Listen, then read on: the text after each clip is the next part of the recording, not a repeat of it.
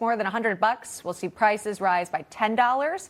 Additionally, prices of clothing and equipment could increase by $2 to $10. With that, let's welcome in Tim Phillips, Director of Government Affairs and Global Strategies at Nestpoint. Seth Denson's here, business and market analyst. Welcome to you both. Thanks for coming on. All right, Tim, what's going on with Nike here? Are they just wanting the customers to cover the costs? I think they want to make it clear that, hey, we're not to blame somehow or another for the tax increases that they're going to put on consumers. So there's going to be some turbulence as the president's effort, especially to reset with China. They took advantage of our nation for far too long, stealing intellectual property, not opening their market while flooding our market. We needed to get tough with them. The president is doing that. It's a geopolitical issue as well as an economic and a fairness issue.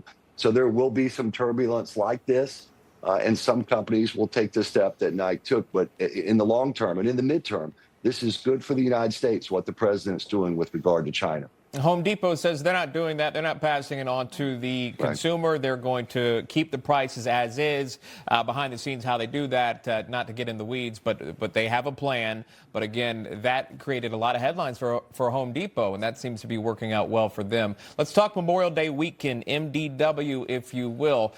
Gas being its cheapest on the holiday weekend since 2021. Americans may travel, we're learning, in record numbers for Memorial Day weekend. So gas is down about 11%. This is from a year ago, around $3.16, $3.19 a gallon, although consumer sentiment stands near a record low. A record 45 million Americans, Seth, are expected to travel at least 50 miles from home over this holiday weekend. That's according to AAA.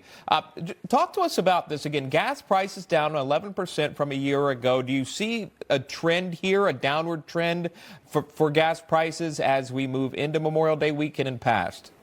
Yeah, Sean, obviously we're watching oil futures. We're watching what OPEC did over the last couple of weeks, trying to flood the market and increase oil into the markets. But it's still down 15% over this time last year. And as you alluded to, Memorial Day, which is one of the biggest travel days of the year. As a matter of fact, more people flew Memorial Day 2024 than they have in a long time. So it was one of the busiest travel days of the year for airports. So plane tickets, hospitality, all that. This is the big kickoff to the summer spending. It will really give us a barometer on where consumers are for the rest of the year.